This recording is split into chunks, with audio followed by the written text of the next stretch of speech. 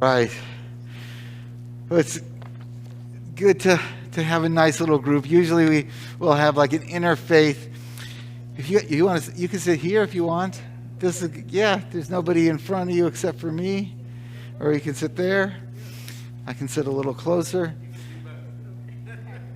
And I have no idea if anybody is going to be participating with us on the stream.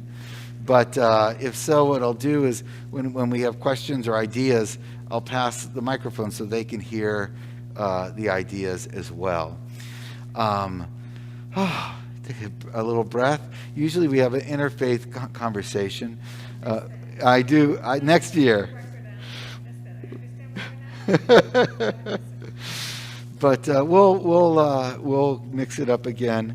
But this is a really neat opportunity, and actually, I think you've seen a pattern that I've been doing throughout the services is weaving in a little commentary when I'm doing the translations and stuff to help us deepen our understanding and the richness of the text that we're looking at.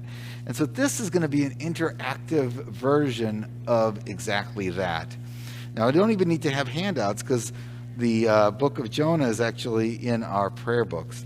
But before we look at the book itself, I might just kind of, I've been talking so much, allow you to talk a little bit, if you don't mind. And I'll just pull this up too. I know it's awkward to speak in a microphone. But before we even look in more depth at the book of Jonah. I mean, we read it every single year on Yom Kippur afternoon. And, you know, the child version of it is the whole thing with the fish, because that's just so funny and so weird, and he gets swallowed up. But what do you recall before we even look at it in terms of the themes or ideas or the story of the book of Jonah, that just off the top of your head, how has it spoken to you through all these years you've heard the story? Anybody want to? Yeah, here, I'll pass this around. Would you? Jonah is running from his problems. Jonah is running from his problems. Good. What other themes do we hear or think about when? You can run, but you can't hide. You can run, but you cannot hide. Good. Yes. Any others? Well, the content is rich. The story is short. In fact, it is the shortest of all of the prophetic books. It's only 4 chapters, I think, and it's very it's digestible. You can get these points. So you can run, but you cannot hide. Or he's running from his problems. What's his problem? His problem is God has picked him to be a prophet, and he doesn't want to do it, right? Jonah is the 5th book of the minor prophets, and it's only 4 chapters long. It contains, in all of those words, the prophecy is super short. When you think about like Amos, or you think about Isaiah or Jeremiah, their books are just filled with prophetic messages, things that we quote in our prayer books, and right, they're prophets. Jonah has one single prophetic line in it. It says, 40 days more and Nineveh will be overthrown. That's the only prophetic sentence in the entire book. The rest, it's 40 days more. So in 40 days, Nineveh will be overthrown or destroyed. It's got to be a big warning. Like, look, you're going to be blotted out if you don't change your ways. And that's the whole thing. And then the rest of the book is pretty much this story of this prophet who doesn't want to be a prophet. And he's, like you said, Mark, he's running from his responsibilities that God has placed on him. And the ironic thing about Jonah is that he attempts to flee from his mission, right? He's supposed to go do this. But he's the only prophet who actually succeeds in changing the ways of the people. You think about all those other prophets. They're saying, Isaiah that we were reading today, is this the fast that I want? I want you to change your way. Well, hopefully we'll change our ways, but in the book of Jonah, the story comes to its conclusion of he's actually successful. They have changed their ways, and God rewards them for it. So what I wanted to do first was just go over some of the general themes of the story, and then read it, and whenever we want to, we'll just pause and kind of reflect on that idea. So one major theme is it's impossible for one to shirk or run from a divine mission. Everything in this story bows to the will of God, right? We're going to keep that theme in mind, that as we read through this, everything is being controlled by God. The sea that kind of makes everything uncomfortable for the passengers on the boat that Jonah is trying to hide in. And the fish. It's not even a whale. In the cartoons they are, make it a whale. It's a big fish. I think there's some kind of humor being woven into this big fish that eats Jonah. Jonah's being controlled. The people of Nineveh are controlled. At the end, a big gourd plant, which is just so weird, grows over Jonah. All of it's being controlled by God. So that's the first thing, that you can try to run, but when it comes to things that God is in control of, you're not gonna hide from it. As I'm speaking on, what was it? I guess it was Monday. The whole office was in a panic. I mean, you see this hurricane light is coming our way, and we're thinking to ourselves, oh my gosh, we have all these plans for Yom Kippur. What are we going to do? Like, what if we can't, what if people can come? That's great, but we can't stream. What if we can't actually even make it here? What if Paul, lost his house or his car, God forbid, whatever, and he can't make it? Well, who's going to play all the pieces? And who? Like we were just like scrambling for figuring out. Well, we can only make so many plans because ultimately some things are just beyond our control. Jonah is definitely in that story. The second theme is God's forgiving and merciful qualities are universal. So Jonah teaches that the Jews have a mission to bring the message of ethical monotheism to the world. So as we read through this, we see where little pockets of this idea that we have a mission, we have values that the entire world can live by and connect to our understanding of God and life. The third theme is fleeing from God inevitably leads one to dissent. And that's a literary tool that we see again and again. I won't kind of give away these moments, but as we read through, every single time that somebody tries to flee God, there's something going down. It's down, down, down, again and again and again. And then when God is in connection with the characters in this book, there's an ascent. So down when you're trying to run, and up when you're trying to, when you're connecting. We'll find that literary tool. And we've got an English teacher here to help us tease out those values. Yes. Well, the participles. We'll look for gerund phrases as we. All right. Then the fourth theme is God can and does answer prayer.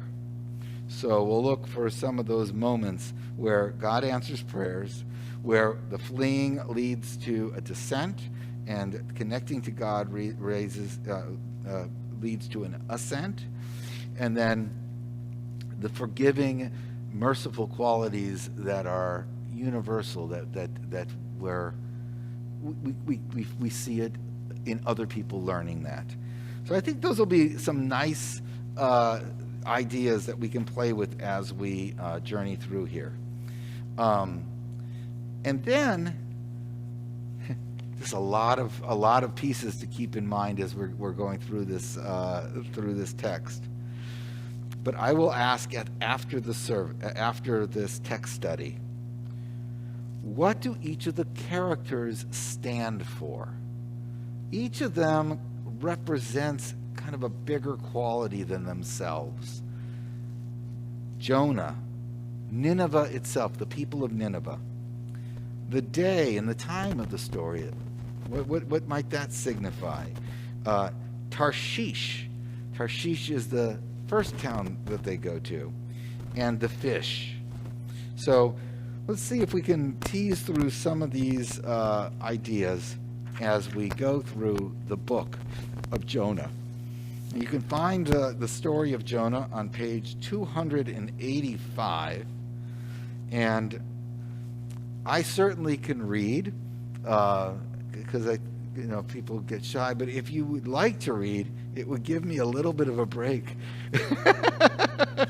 maybe a little mercy. Anybody want to at least read a little bit?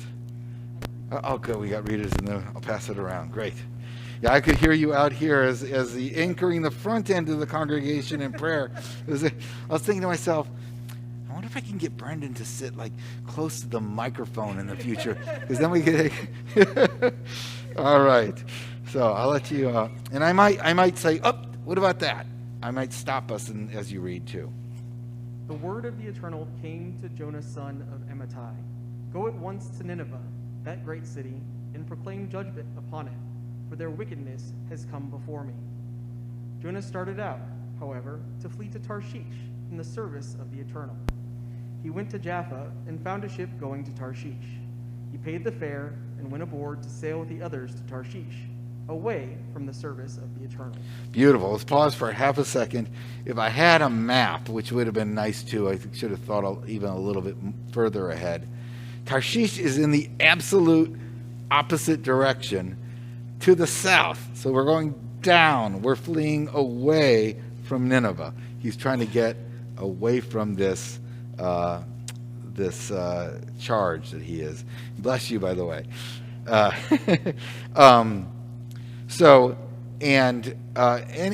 Any other observances there? I just wanted to give you the geographic kind of distance, but while we're on pause, anything you notice in what he's been charged to do, or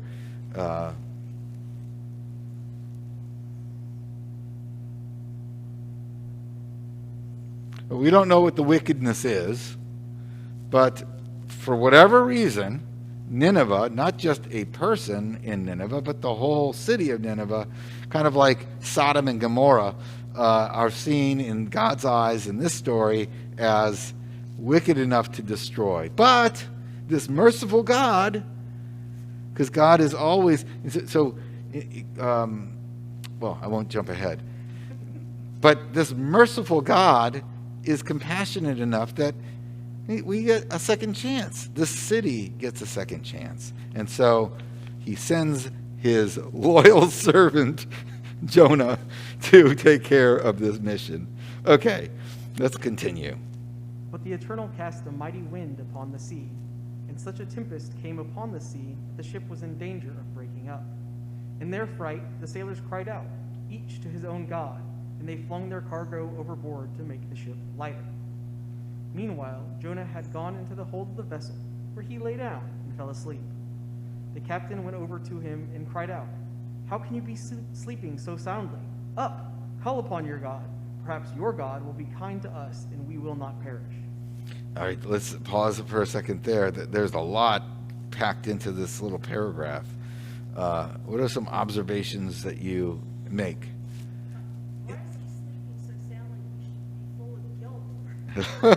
Why is he? I find that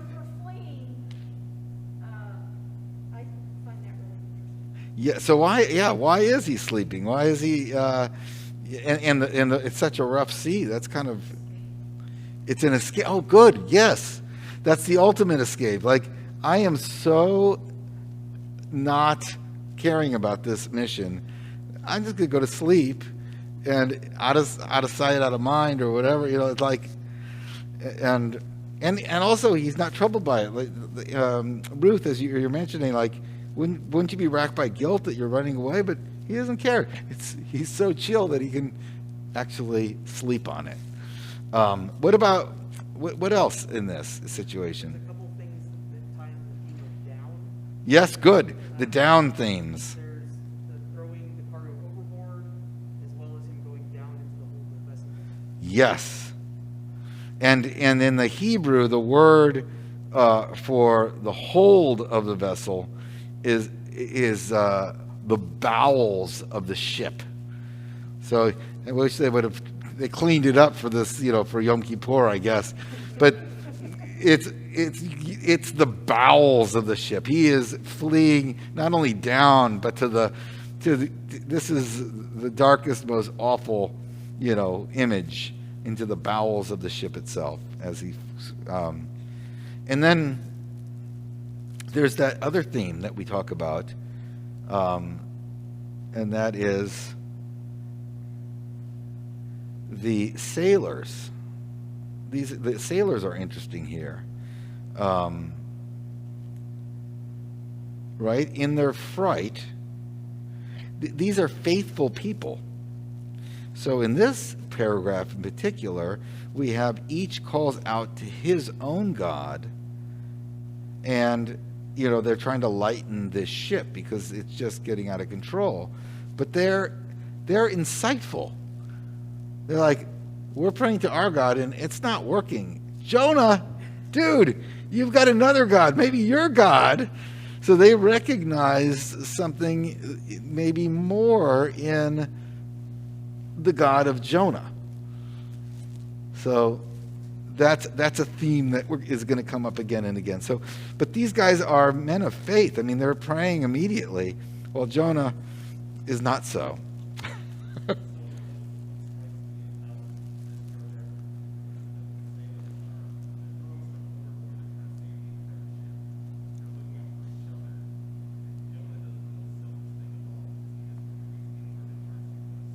Beautiful, beautiful. For those who, I don't know if anybody's actually joining us on this text study, but Matt had just an absolutely brilliant observation. I'm just going to reiterate what you said, is that that the sailors are throwing things overboard to try to save the entire ship. They care about the entirety of the ship itself and the people on it as a whole, whereas Jonah is just all about himself. He goes to sleep. He doesn't care. Was there another piece of that you had said? No, it's just a beautiful observation in this simple, small paragraph. And the captain, when he goes over to Jonah, says, how can you sleep so soundly? There's the up. Call to your God. Up. Let's move from the bowels of the ship. Wake up, call out to God, move yourself up, and recognizing that God, maybe this God, will not have them perish. Great.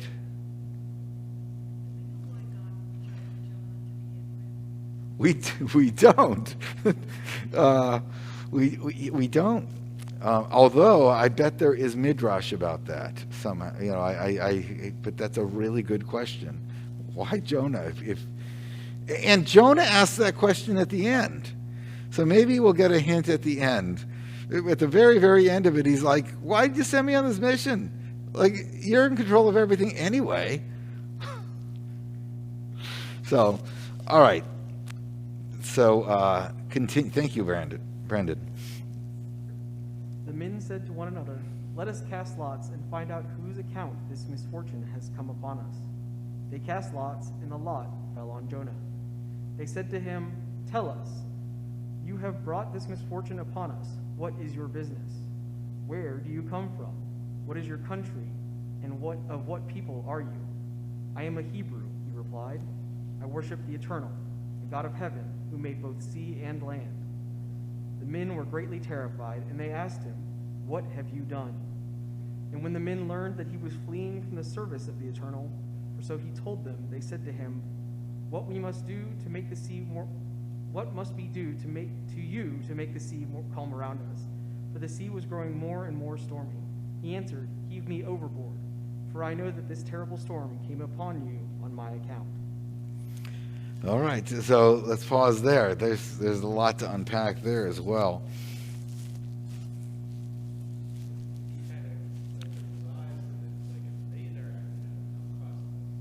Yeah, at least he owns his transgression.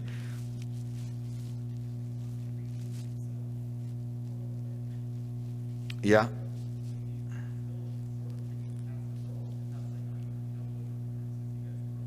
That's true.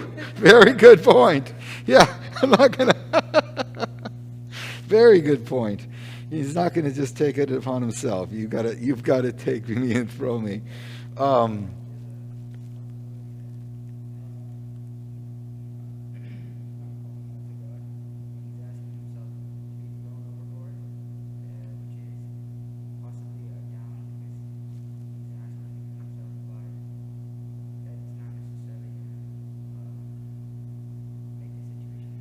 Beautiful. That's a great point. That off the ship is another down, and instead of rising up. That's a really good point. I find it interesting, and this just struck me in this reading, that there's this kind of acknowledgement of the men, the sailors, like. When he said, "Oh, my God is the God, the eternal God," they're like, "Oh no, not that one!" Like, what have you done? They're like, we're in big trouble here. How do we calm this into your God, right? It's there's kind of the sense of knowledge of the God of the Hebrews in this story of the other people.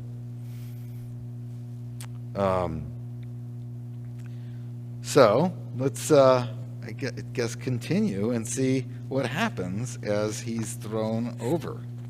Let's see. All right. There we go. Nevertheless, the men rowed hard to regain the shore. They could not, for the sea was growing more and more stormy around them. Before throwing him overboard, they cried out to the Eternal, "Please do not let us perish on account of this man. Do not compel us to kill an innocent person. For you, O Eternal, by your will, have brought this about." And they heaved Jonah overboard, and the sea stopped raging. Ah, that is really terrific stuff. Thoughts?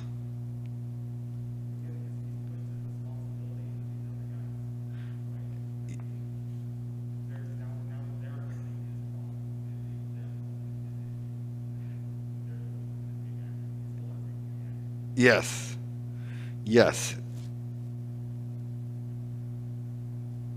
I think it's interesting that even though they kind of blame him in the last paragraphs, now they're calling him an innocent person and saying, don't make us kill him. We really would prefer not to. Yeah. It's interesting that they're praying to God. Right? They cry out to Adonai, our God, please don't let so they're praying. They want mercy on the destiny of poor Jonah, and they don't want to kill him. They don't want to be the one who causes his ill fate. But I find it interesting that they could have just thrown him over. They realize, all right, well, this is what we got to do. We got to throw him over. They pray first, don't make us accountable for this. When he said, throw me overboard, they were kind of like, no, let's try something. Yeah, we're going to try. Which indicates that they had some values of human life. Yes.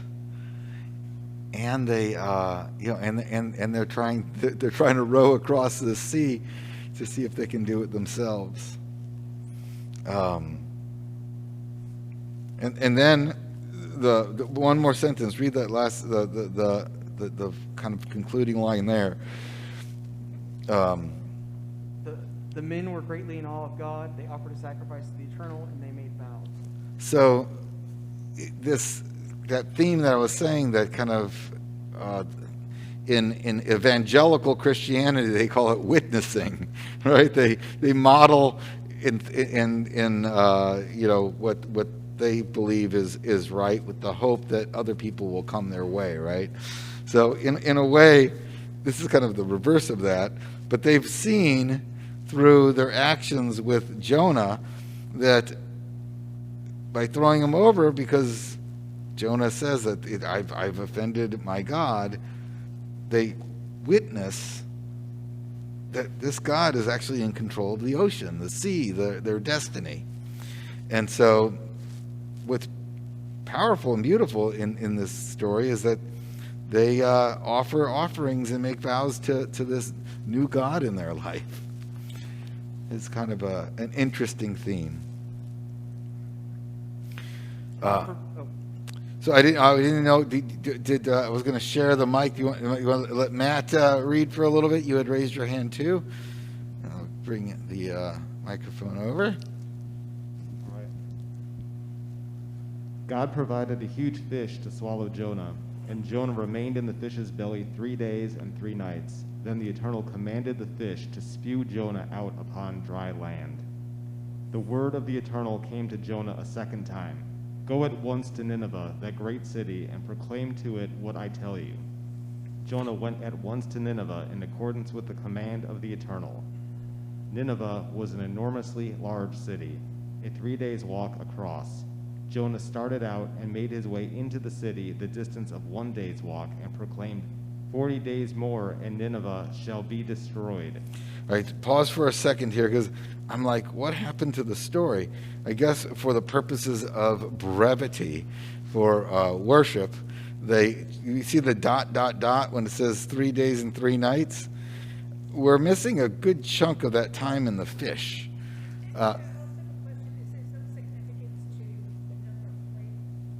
The number 3 is 3, 7, 11. There are certain numbers in the Bible that are significant. I think there's some theories about it, but it could be because they're prime numbers. I'm not sure why, but 3 is a number that comes up a lot in the Bible. And 40 a lot, yeah. Yeah, that's true. But the ... there's a lot of storyline that's missing there. But the one piece of it that I think is important is he does pray to God while in the belly of the fish. So he's down in the belly, and then when he doesn't come out until he's made that connection. I could run back and get a Bible and read what fills in those dots if we'd like. Why don't I do that? I thought that was there for some reason, because I'll be right back and get a Bible.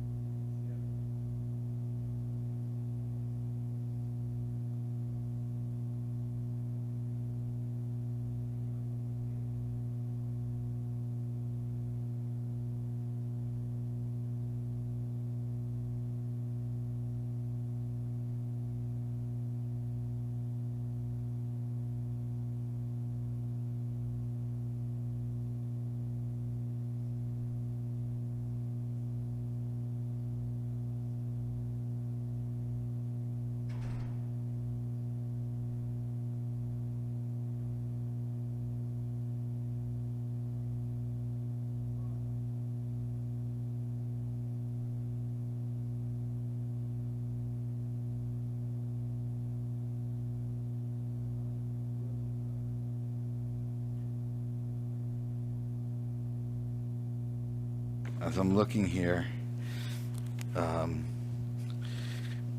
any thoughts with regards to the fish? Like, I always found that the fish stuck in my head in this story probably is, when you're doing children's stories, that the Jonah and the fish is like so classic. Yeah. I love Rabbi Rudinsky. Yeah, so yeah, it's actually a fish, but who knows whether, well, they definitely knew the difference between fish and whales. Gosh, I wish Nineveh that is a really good question too. I know that it's north of Tarshish.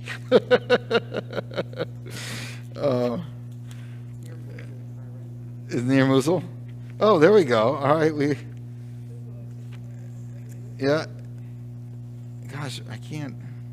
It's such a short book that I can't remember. It must come right after the Kings. I wish I knew my Bible chapter by chapter better. I had.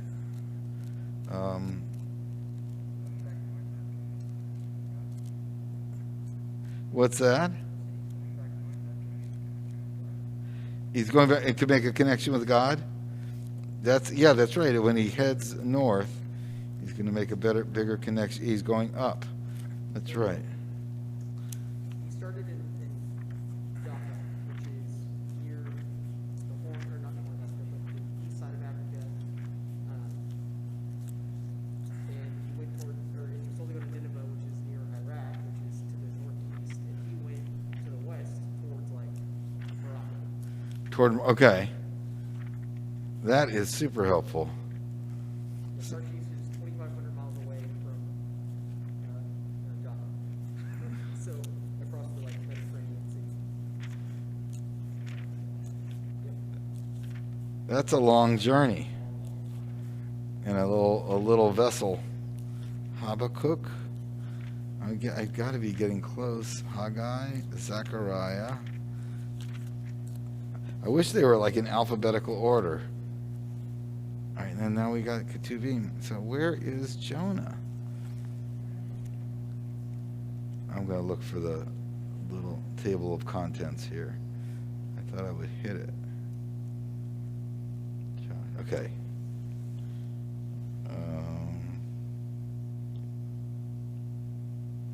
So, Major. Oh, right after Obadiah. Must have just turned right over it. Joel.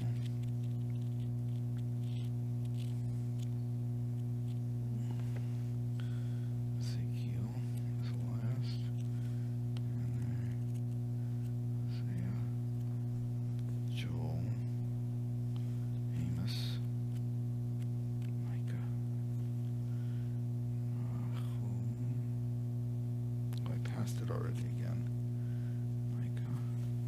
Sorry for this pause. Oh, right before Micah. All right. For Micah. All right, here we are. All right, so.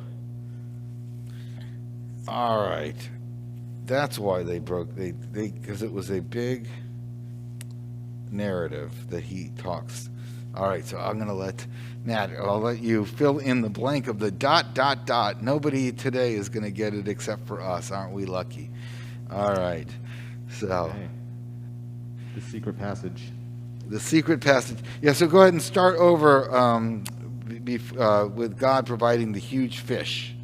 Yeah, the Lord provided a huge fish to swallow Jonah, and Jonah remained in the fish's belly 3 days and 3 nights. Jonah prayed to the Lord his God from the belly of the fish. He said, "In my trouble I called to the Lord, and he answered me. From the belly of Sheol I cried out, and you heard my voice. You cast me into the depths, into the heart of the sea. The floods engulfed me. All your breakers and billows swept over me. I thought I was driven away out of your sight. Would I ever gaze again upon your holy temple? The waters closed in over me. The deep engulfed me. Weeds twined around my head. I sank to the base of the mountains. The bars of the earth closed upon me forever. Yet you brought my life up from the pit, O Lord my God. When my life was ebbing away, I called the Lord to mind, and my prayer came before you into your holy temple. They who cling to empty folly forsake their own welfare, but I with loud thanksgiving will sacrifice to you what I have vowed I will perform. Deliverance is the Lord's. The Lord commanded the fish, and it spewed Jonah out upon dry land. All right, that's great. I can't believe they chopped that out. I guess they were just trying to shorten the experience for the congregation. But that is powerful. What do we glean from that? That is, what do we? That's probably the missing between where he's being defiant and, oh God, you want me to do this? Well, I'll tell you. And then saying, you tell me to go, I'm gone. Yeah. I have some thoughts that I don't want to put in your heads yet, but what else do we glean from that prayer in the belly of the fish? Or the words of the prayers? I mean, we don't have it in front of us, but just the sentiments that he was expressing.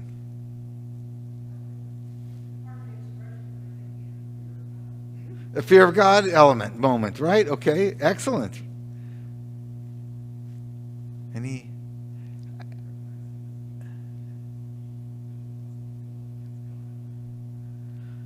so that's an awesome thought too. Yeah. How many of us have ever been? I think all of us, at just such a low place. I mean, what he's describing is so dark and awful, like you said, completely out of control of his own life. He's in total despair, helplessness, drowning, entangled by seaweed or whatever. I mean, the images that they're talking about, he's just, you get this feeling from the pit of Sheol, I think it said. Sheol is the nether world, or some people kind of refer to it as, it's not, but like kind of a precursor of like hell. But Sheol is this netherworld in Jewish literature that is, he's as low as it gets. And at those moments, turning to something beyond us. It's not all about me. It's not, like Gail said, he had a fear of God moment. There's something bigger than me. And then some would just stay there. And some find hope and strength in turning beyond it. And so I think that metaphor of being in the belly of a fish, in the depths of Sheol, and then just, my dad used to say, let go and let God. I think that's something that they say in, my dad was a psychiatrist. I think they used to teach that for like Al-Anon or support groups. But let go and let God. Just let go of the things you can't control. Okay, if God's going to call on me to do this, I'm going to surrender to that will. And at that point, he's saved. He's or spit out of the fish. He goes up from the down.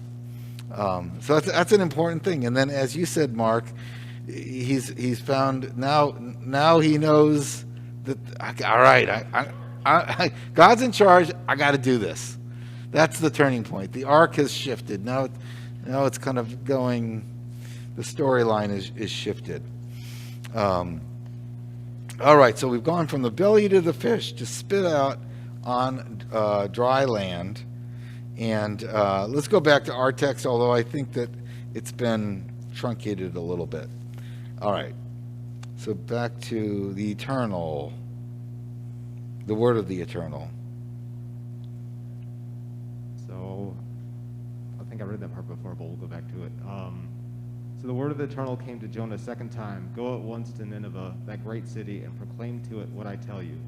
Jonah went at once to Nineveh in accordance with the command of the Eternal.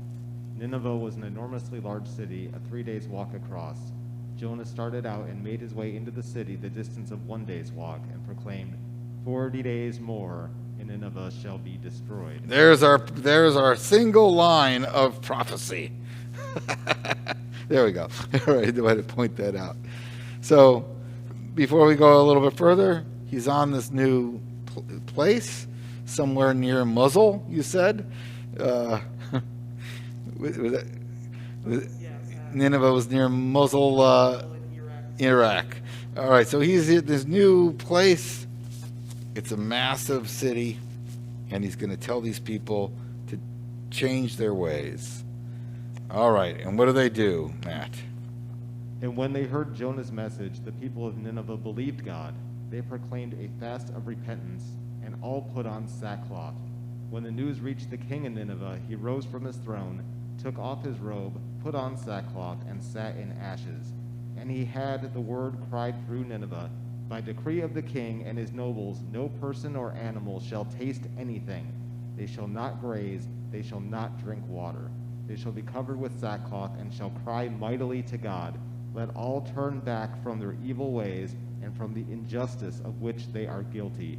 Who knows but that God may turn back and relent, so that we do not perish. All right. So what do we? This is an important paragraph for us. What do we? Say again? Yeah, no, that's remarkable, right? So there's one that's one really important contrast. Jonah, who is rejecting it all through the story, doesn't want the role, and he believes these people are horrible because God's going to destroy this place, and so that's Jonah's mindset. And the people of Nineveh aren't what they seem like. They hear the story, they're like, oh, we got to change our ways. We gotta. Otherwise, we're going to be destroyed. So it's this kind of interesting mindset for us to think about, especially on this holy Day of Atonement. But there's another big piece of its connection to the Day of Atonement. What's interesting is they took him at his word. And Jonah had to fear the wrath of God before he turned around. Yeah. These guys said, repent, the end is near. It's like, okay. So this willingness of the individual to change our ways and to have some belief is a message for Yom Kippur. And then what are they doing as a sign? How are they just demonstrating their loyalty to this mission? The sackcloth, fasting, no drinking. So here Nineveh is kind of now I need my English teacher. It's not a metaphor, or I guess it serves as a metaphor, but there's another word where it's the embodiment of who we are. I'll use the word metaphor. I think there's a more specific word. But Nineveh is us in this instance. Nineveh is what God wants of us to kind of be faithful, to recognize our transgression, to own it, to repent, to demonstrate outwardly that we recognize our transgressions and change. You know, Nineveh's doing what we're supposed to be doing on Yom Kippur. We're fasting, we're praying, maybe we're not wearing sackcloth and throwing ashes on ourselves, but it's the model for this is what you guys are supposed to be doing ritually. Is there anything else in here that? All right. I think it's interesting that he makes the animals fast as well. Oh, right, okay. That's- yeah, that comes back at the end also. It just this I have to say that this book has the weirdest last couple sentences of anything I've ever read. We'll get there in a minute. Every time we read it on Yom Kippur, I'm like, that's how it ends? It's so weird. But it is what it is. All right, so we can. Did somebody else want to read a little bit? Well, Matt, keep going. Oh, did you raise your hand, Mark? Yeah. All right. Yeah.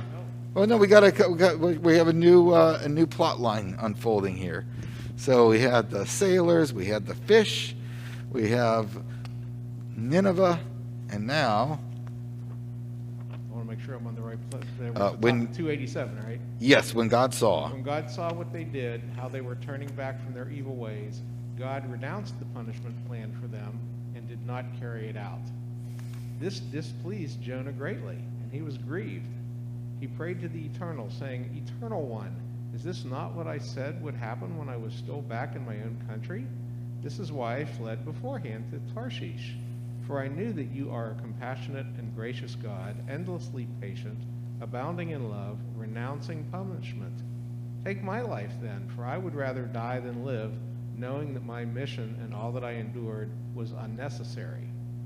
The Eternal One replied, "Jonah, are you deeply grieved?" All right, pause. There's a lot in there. So what can we impact from those two paragraphs? He said he wanted to spoil a child in one thing. Yeah.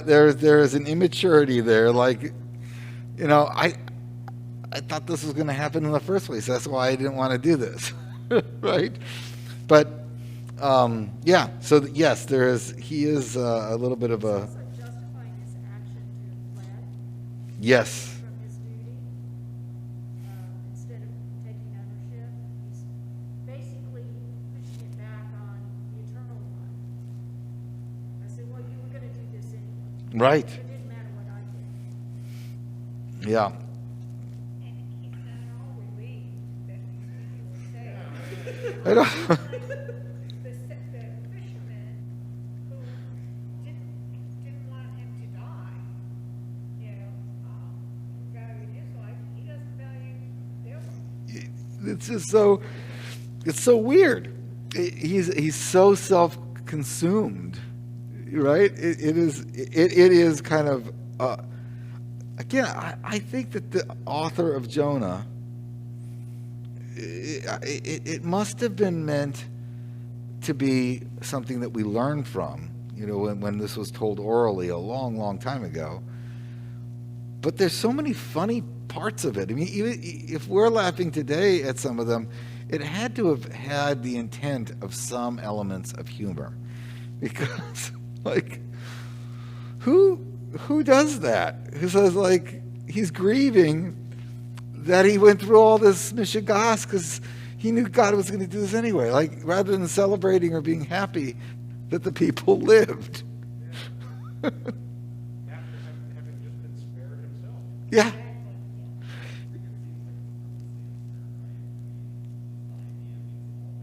Yeah.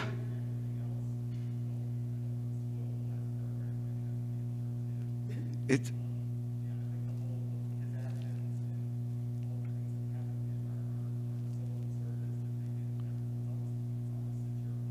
yeah. Yeah, I agree. I absolutely agree. And that's why we kind of can remember it so easily too. There's these little things that are absurd that stick in your head, and then the activities that go on around that are things that we can hold on to and remember. So.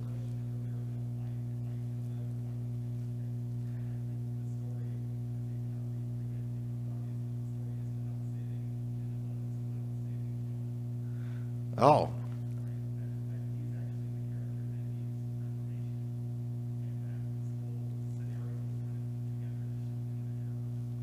Beautiful.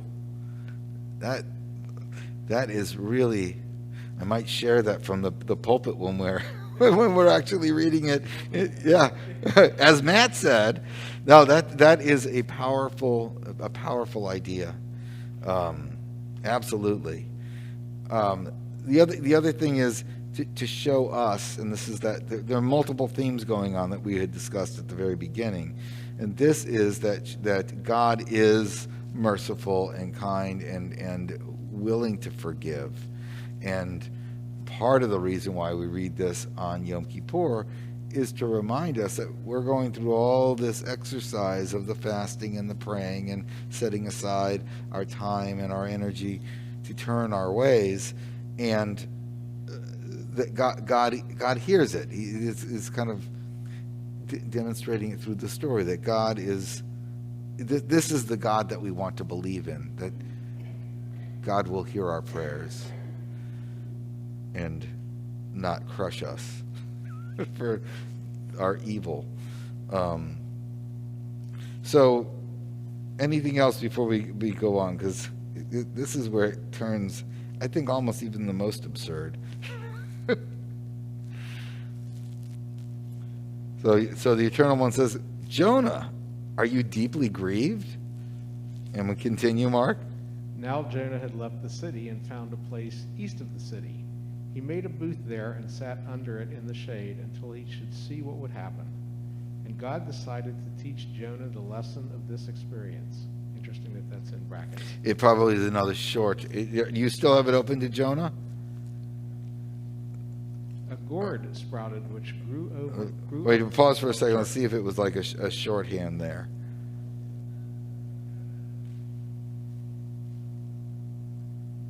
Where it's see in brackets where it says, and God decided to teach Jonah. Or it may have been just kind of a... If that was like a, condensed here.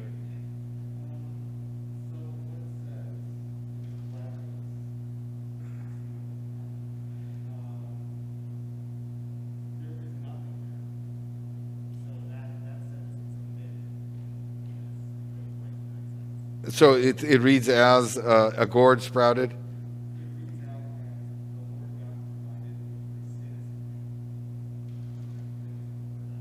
Okay. So just keep going. I guess they're trying to keep the narrative. They added that in there so this is the lesson. Got it. Here's our lesson. Yeah. A gourd sprouted which grew up over Jonah to provide shade for his head and save him from discomfort. Jonah was very happy about the plant. But the next day at dawn, God provided a worm, which attacked the plant so that it withered. And when the sun rose, God provided a scorching east wind. The sun beat down on Jonah's head, and he became faint. He begged for death, saying, I would rather die than live. Then God said to Jonah, Are you so deeply grieved about the death of this gourd? Yes, he replied, so deeply that I want to die.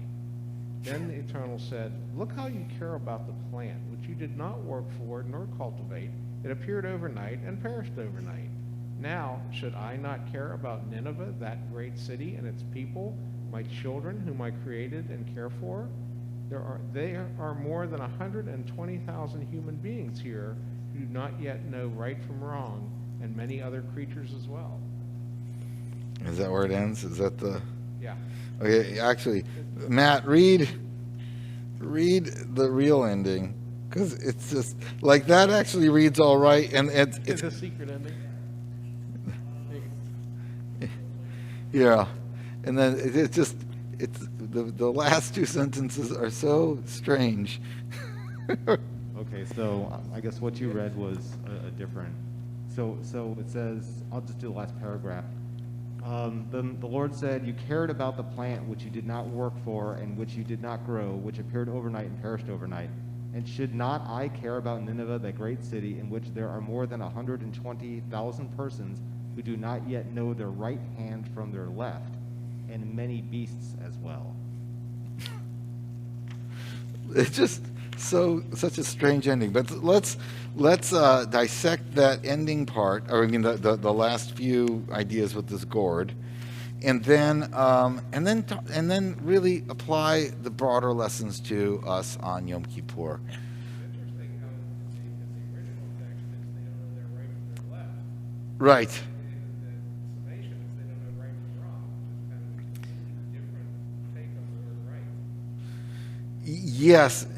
So often the right, it has to do with how they understood, like the right was like good in God's eyes, or the right hand of God, and the left was often understood as like bad. So right and wrong is what we would use in our parlance, whereas the right hand from the left hand in the original language would have been, yeah.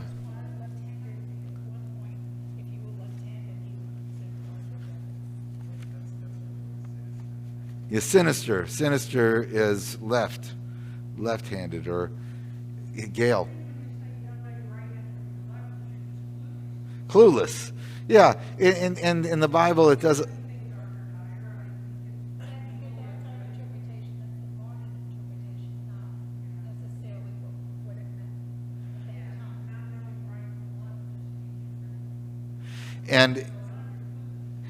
And that probably is somewhere a mixing of all of this is probably exactly how they summed it up, right from wrong, because they use poetry like that. It's like we'll say night and day, which means all the time, right? We'll say near and far, which means everywhere. So the idea of right from left is like you don't know your way, you don't know, you're clueless, right? You just can't. So these people are lost. They just, and yet God. So the theological message is actually quite powerful, even though the constructs around it are so absurd, like you said, Matt. This idea that the gourd grows and then the worm eats the gourd is that's what the brackets are there, to teach Jonah a lesson.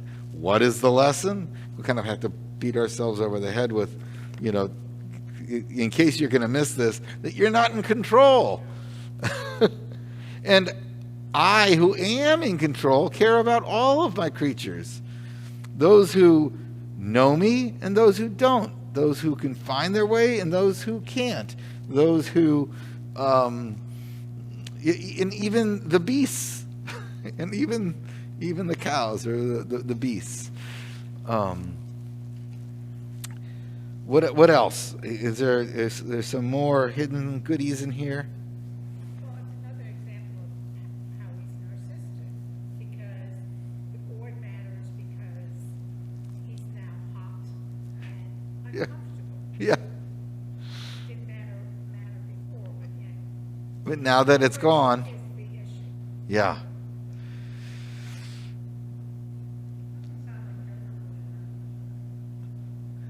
Yeah, it doesn't sound like Jonah has really grown much. Although the prayer in the belly of the fish reflected, well, it could be selfish, yeah, desperation.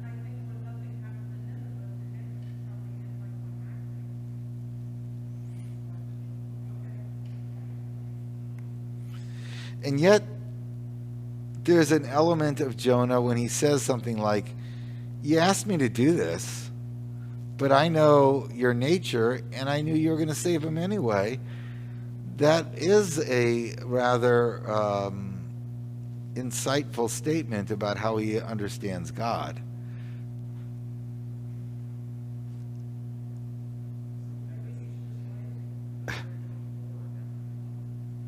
Say that again?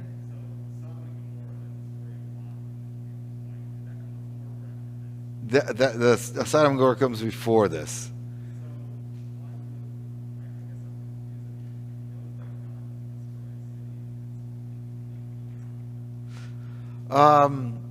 Well, I guess that's true.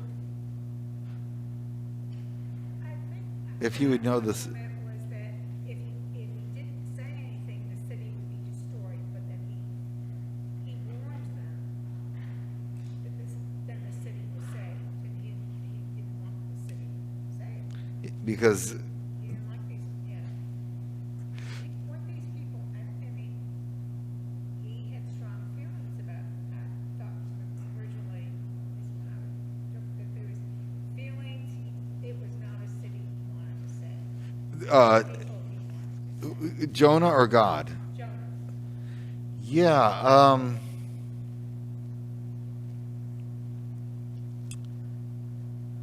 I don't, what, what the text says is that, God calls them because they have some kind of wickedness that has come before him. So that's why he wanted to destroy it.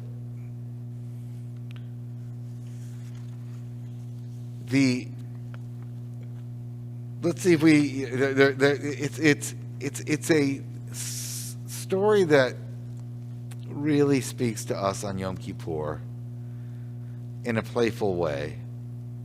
And so by reiterating some of those themes again and again, I think it helps us as we kind of move into those afternoon hours of the purpose of this day.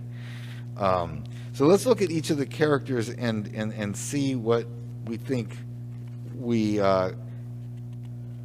what they represent for us on this Day of Atonement. So what about Jonah?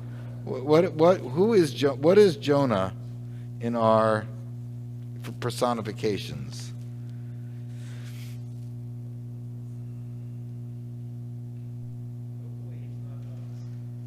Don't you think he's maybe our ego? It could be. Yeah. He does represent a part of us, not all of us. Right. The immature, Yeah, he's kind of a caricature of every human being who, we're skeptical, we'll do it, we'll sometimes do the least to get the most that we can. We get tendency to have a selfish kind of disposition. But it's also, according to one interpretation, Jonah is Israel through the eyes of the book of the author. As with 2nd Isaiah, the author is not pleased with his people, apparent to failure to carry on their prophetic destiny and destined task. Jonah is a character or a caricature of Israel, who is kind of supposed to be a light unto the nations, but they're just not. They're not rising to the occasion. They're not showing off God and the faith in the best way that can be done. So both Israel, the people of Israel, and us as individuals, we can do better.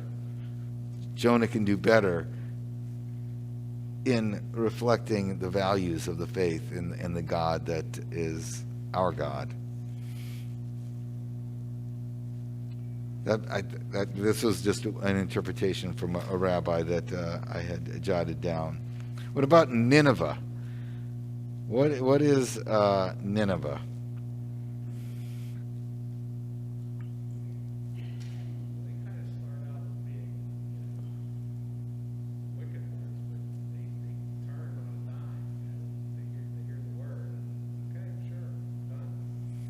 Yeah. In that sense, they represent in some ways what the purpose of this holiday would demand, is like, would that we could use repentance and atonement to change our ways, and what kind of the model for, okay, we did bad, all right, we're gonna change, we're gonna repent and change.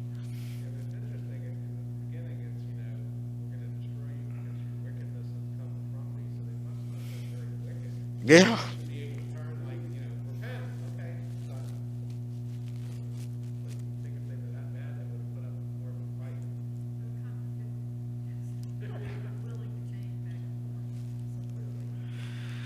They're, well, as Gail had said, they're kind of lost. Whatever works. This fasting thing, if that works, great. Oh, this, My question has always been, how long did it take before they then changed back? Oh, that's a great question, right?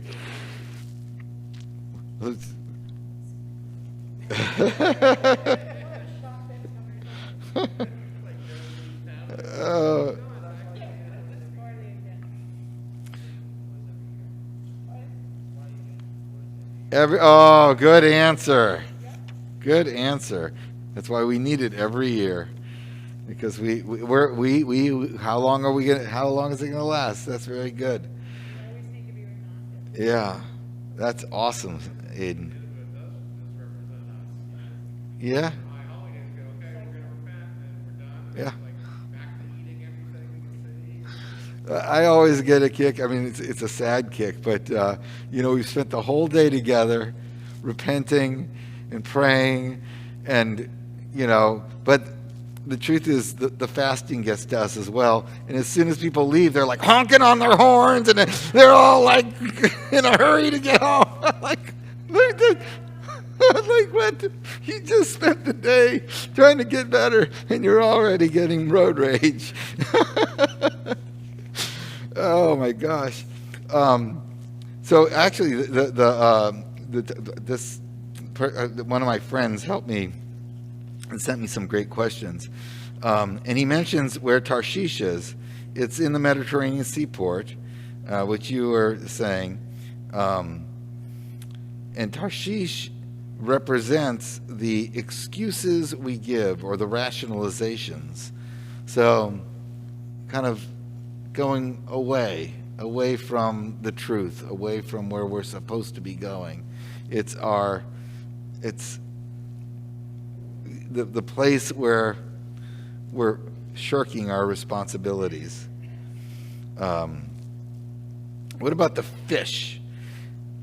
So this note here says it's not a whale or a mythological sea monster. Rather, it was whatever prevents a person from running upon quite. Oh, I don't think that made sense. But from running away. Your commitments. It's running away from it's just but he pointed out that it wasn't a whale or a mythological sea monster. It's fate.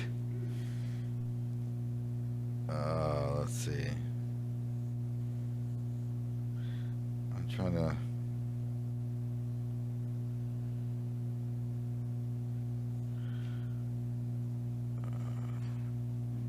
I think this is probably all the notes I have here. But I think the most powerful thing that that was said in our interpretation today is what you said, Matt, and that is that Jonah is selected as the character that goes through this experience because Jonah is all of us.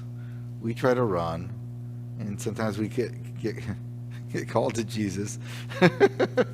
we get the moment that we're called to truth.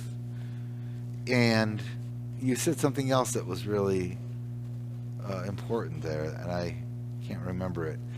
So it happens when you deprive yourself of calories for a few hours. But in the end, at the end of the day, we either take these lessons and the shifts that our time together helps us to create some momentum and community around change, or we just go home and continue to be whatever part of ourselves that doesn't contribute to the good. We just keep reiterating those. So we need to be more like Nineveh and less like Jonah. We need to be more willing to change and less self-centered and self-serving. The juxtaposition of that mission and the outcome of a changed city is really, I think, what's being put in our face.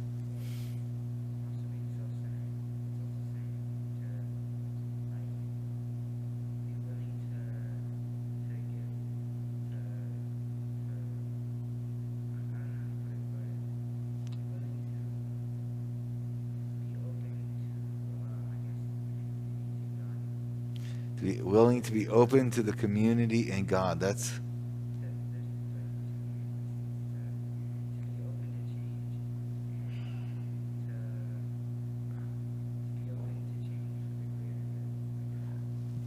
That's beautiful. To be open to change for the greater good. Yeah.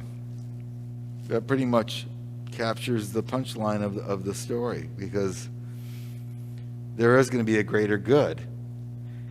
And Jonah was supposed to be part of that. And, all he in the end is upset because he had to spend all this time for a greater good that was going to happen anyway. Why do I have to be... I'd rather be home watching TV. I'd rather be, rather than travel on the sea to come all this way to do something. But you're right, it's an invitation to be part of that greater good. Don't reject it. Put yourself in it. I like that. Beautiful. Now, you should read the story, in years to come. There'll be like 6, 7, 8 of us in the back just kind of chuckling. Yeah. Like, what's that sound?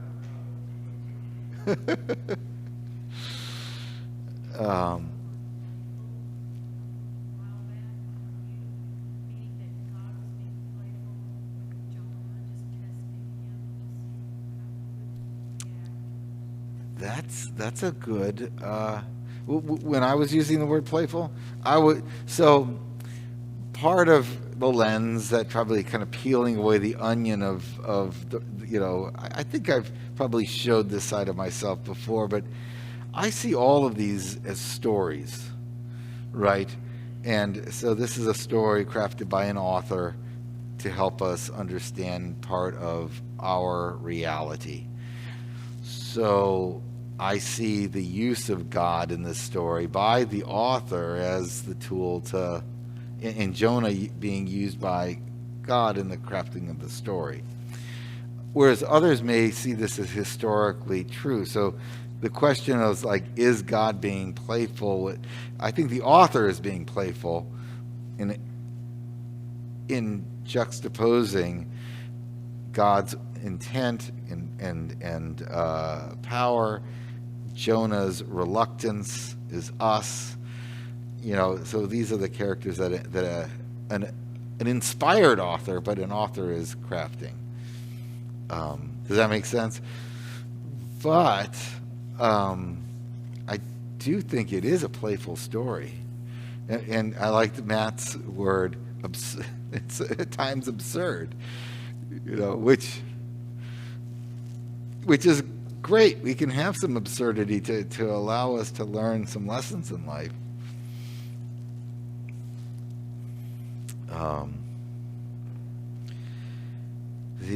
It would be interesting to read the story, side by side with someone who might think this is revelation. And I don't know whether I wonder.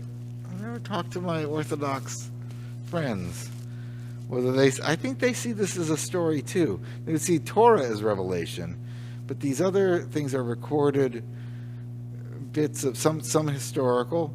Whether there was a historic Jonah or not doesn't entirely matter.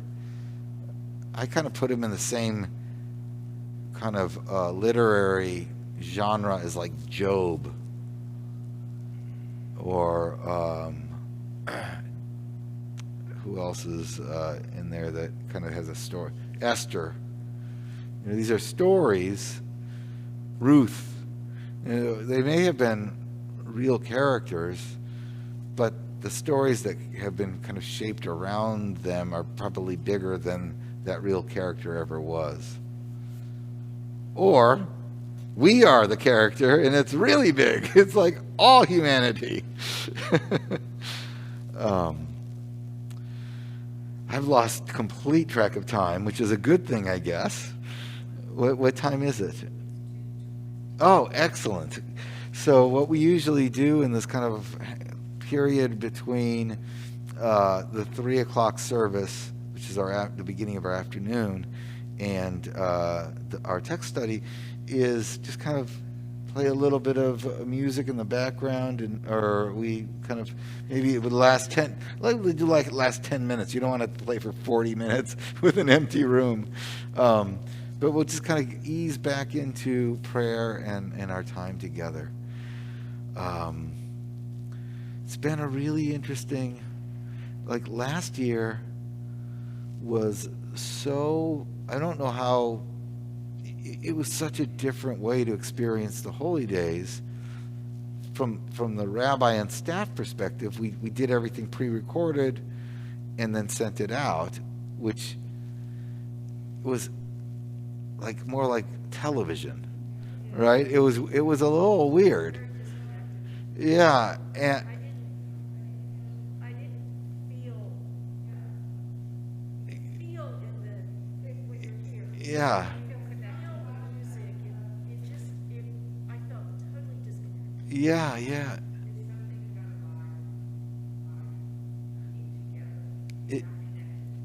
It's so true.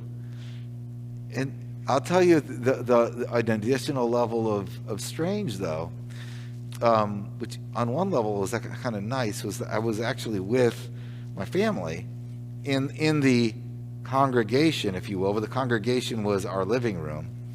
So that was actually, there was something shared that was special, but I was watching myself. It was really just, I did actually, to give myself a little bit of, because it's weird to be your own rabbi, or like, it was kind of weird. Yeah, it was kind of strange. So I balanced it out by watching colleagues all over the country and hearing their message, or hearing the music that they were using. And there's some good stuff out there that I've never, like classmates of mine, I didn't know what they were doing, and I got to see that, and that was oddly spiritual, but more here than here, right? Because I was kind of learning as I was watching different colleagues.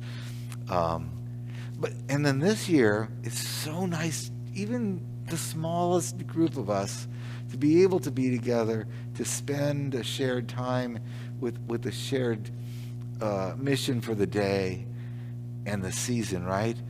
But it,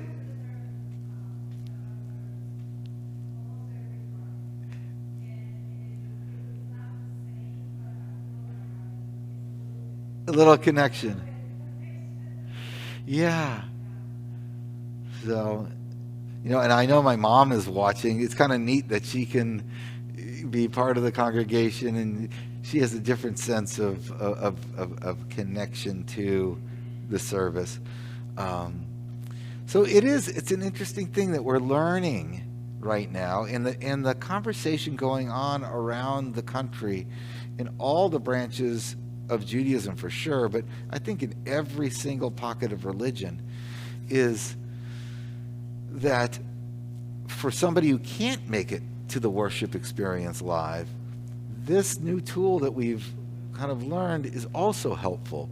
So we have Lee here, who's kind of, you've seen him kind of coming in and out. He kind of hides back here, helping us try to, our sound system, that when we put it in, it sounds great in here, right? I could barely hear the cold entry last night. Here in. I just kept pushing my stuff, Oh. but my speakers were up as high as they were going. Yeah, so and it's a hard thing. We're just learning. So when we had it running in other, before we had Lee kind of doing some mixing back there, it was totally unbalanced. So I watched like Kol Nidre and a number of other services from like 4 or 5 years ago, and it was kind of overloading the sound. Like it was the opposite of what you're getting, which you were trying to turn it up and you're trying to listen. This was a much more balanced sound between piano and Mike's voice and the choir's voice and my, right? But because we didn't originally purchase equipment for that purpose, we're right now in the process of like, how does this, you're tweaking, because we can't hear what it sounds like there. And most people watch it on their phones. So, that's the worst speaker you can get. So it's been a real challenge, but I'm hoping you heard most of it, but you couldn't hear the Kol Nidre itself, or The cello was super soft. That was a, the one thing I heard everything else. oh, good. It was just the cello. Good. That actually we learned. We thought that the microphone was picking up more sound than it was, and because if we have you have the microphone, we just show you, because it can be really loud. Oh, it's off right now. But it can be really, really loud, and I don't know, you think right like that. So now, if you put this microphone up, and the cello would sound like that in here. So that's how you're trying to balance these real subtle nuances. And this is the other thing. And then we can kind of meditate. But one of my challenges this year is that every service, we're tinkering with the microphones and this and that, and trying to get into a spiritual, grounded space, kind of mentally for me, when you're thinking about how far is the microphone and how high is it. It's like the exact opposite of what spiritual energy is. So, but I'm glad that was the only thing, although that's always such a special thing. So Looking so forward to it, I can barely hear it. maybe what we can do is maybe we can find it, boost the sound, and send it out as a clip for other people. I think, and then you can hear it even though it's not in the day, because she played so beautifully last night. It was really... anyway, I'm going to take a little breather and just kind of get myself excited about the last three services of the day. It was wonderful to be able to study together. Next year, we'll return to some kind of cross-faith or cross-cultural, hopefully we can all be together. That's right.